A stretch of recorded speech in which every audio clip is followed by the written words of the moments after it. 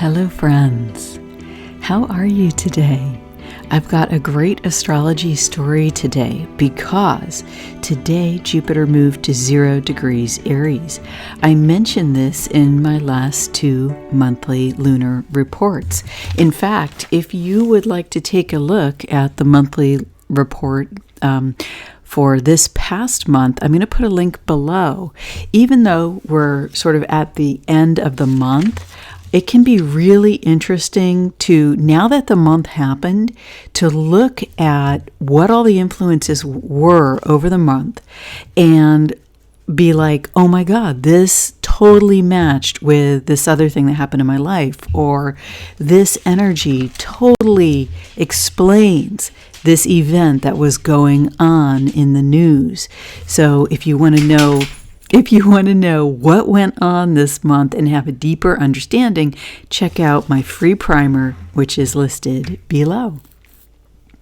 So here's the story. Jupiter moved to 0 degrees Aries, and this is a huge big deal because it exited its traditional sign, of which it's a traditional ruler, Pisces, and now it's breaking out into the pioneering sign of Aries. And it's interesting because it's also at the winter solstice. So this is, it broke out a little over a day and a half before the winter solstice, which is tomorrow, December 21st, and it's at 1:48 p.m. Pacific time. So you can shift that to the time of your, oh, look, I just realized this needs to be fixed. Hold on one sec. I don't know why this says December 20th right there. Okay, so on the 21st. Okay. All right. So what I said previously and in my report is that this is a quiet breakout in the northern hemisphere in terms of building new projects, initiating the new. So because it's winter here with Jupiter moving to 0 Aries, it's a great time to dream on the seeds of what you wish to build. When we get to the breakout of the new year, the natural new year begins at the end of March, beginning of April. So now is a good time to take steps towards that goal. With Jupiter at 0 degrees. Initiating now helps capture, this incredibly powerful and potent energy into your projects. And there's some subtle influences here that are really interesting. There are 2 asteroids that are directly exact in aspect, and that would be Hygeia, the goddess of health and wellness, and the daughter of the father of medicine. She's at 0 degrees Capricorn. And Ceres, the divine mother, is at 0 degrees of Libra. Ceres opposes Jupiter. Jupiter it represents God, essentially, and it's a huge, powerful, expanding, and usually beneficial force in the zodiac. And so now the mother opposes, the mother god opposes the father god, essentially. And in a way, it's a symbol of wholeness. And it's very aligned with the traditional interpretations of masculine and feminine energy.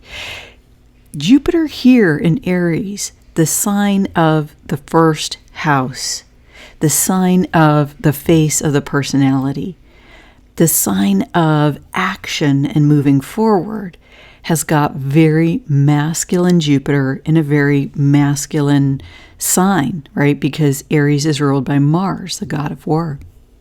And here you have, at the descendant, the traditional position of the descendant, right? The mother in the sign of Libra, which traditionally is represented by, it can be represented by Estrella, it's represented by the goddess of justice who holds the scales. And I talked about Estrella in the last month's lunar report. So in the descendant, to traditional descendant position, Ceres, the divine mother, is influencing from the background. And her plans will be known.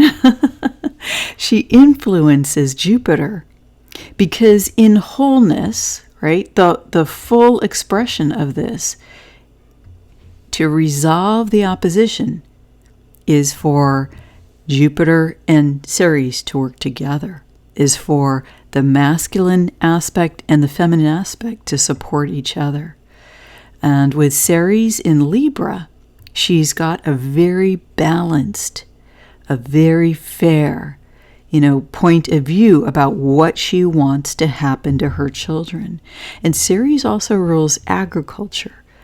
She rules the distribution of key resources, if you will, because the distribution of food. And I talked a lot about this in my October report, because an aspect of the Divine Mother is Annona, the goddess who counted the grain, counted the harvest, so that it could be properly distributed. Now, Ceres is square Hygeia, and Hygeia, representing health and wellness, is at the top of the chart in Capricorn.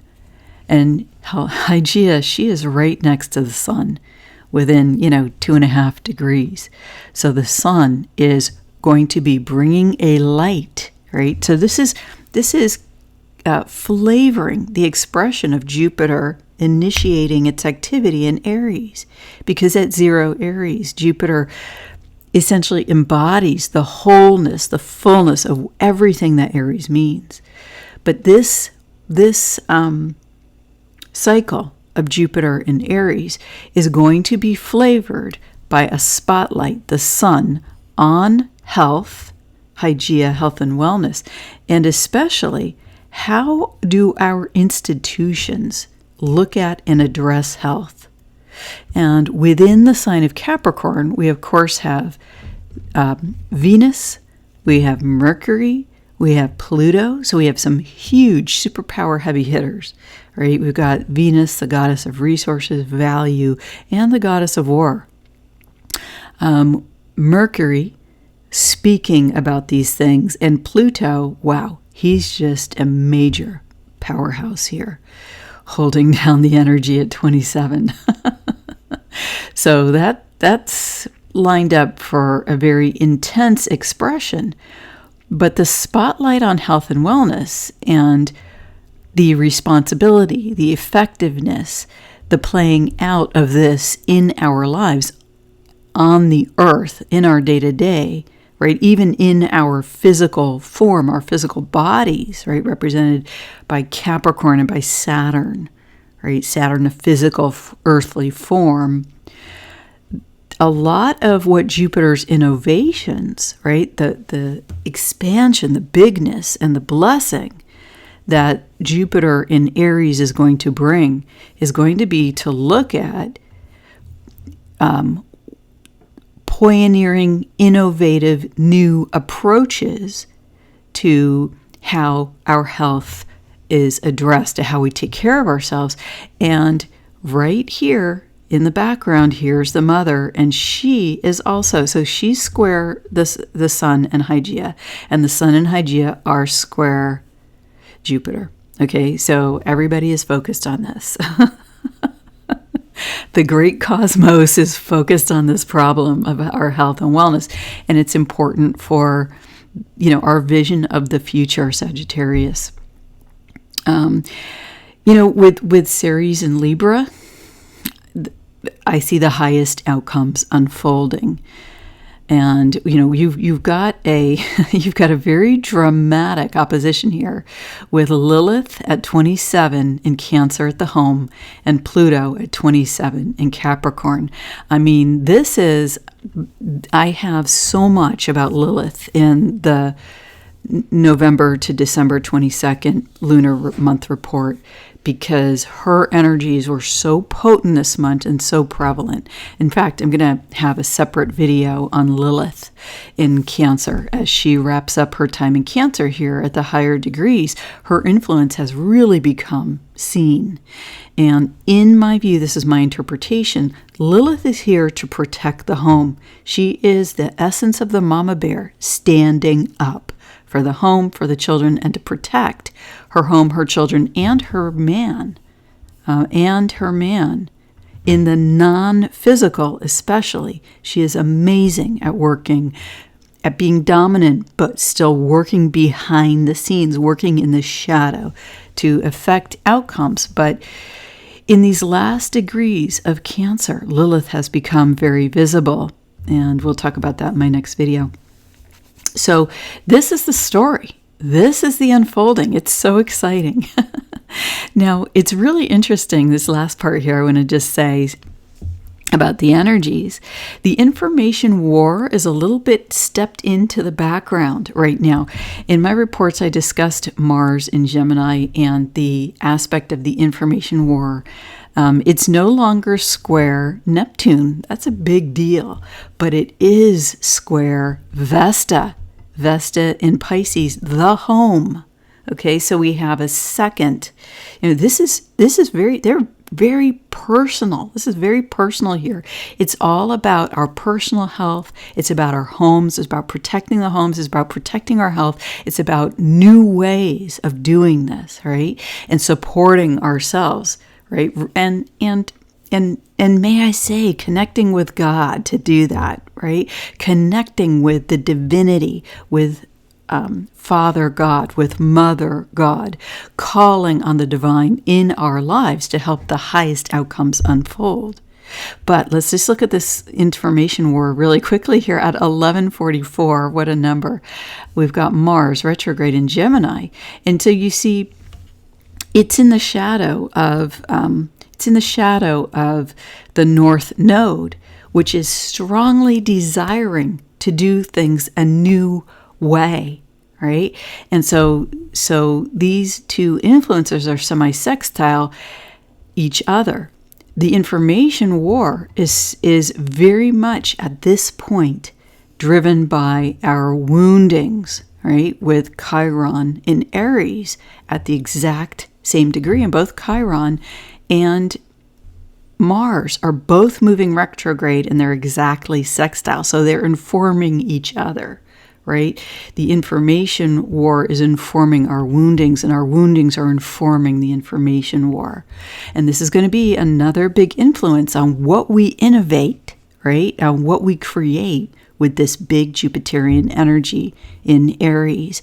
And the fascinating thing about this aspect is with Uranus within 3 degrees of the North Node retrograde and moving towards the North Node, that sudden shocks related to addressing our woundings are possible, related to elevating information about our woundings in the information war are possible.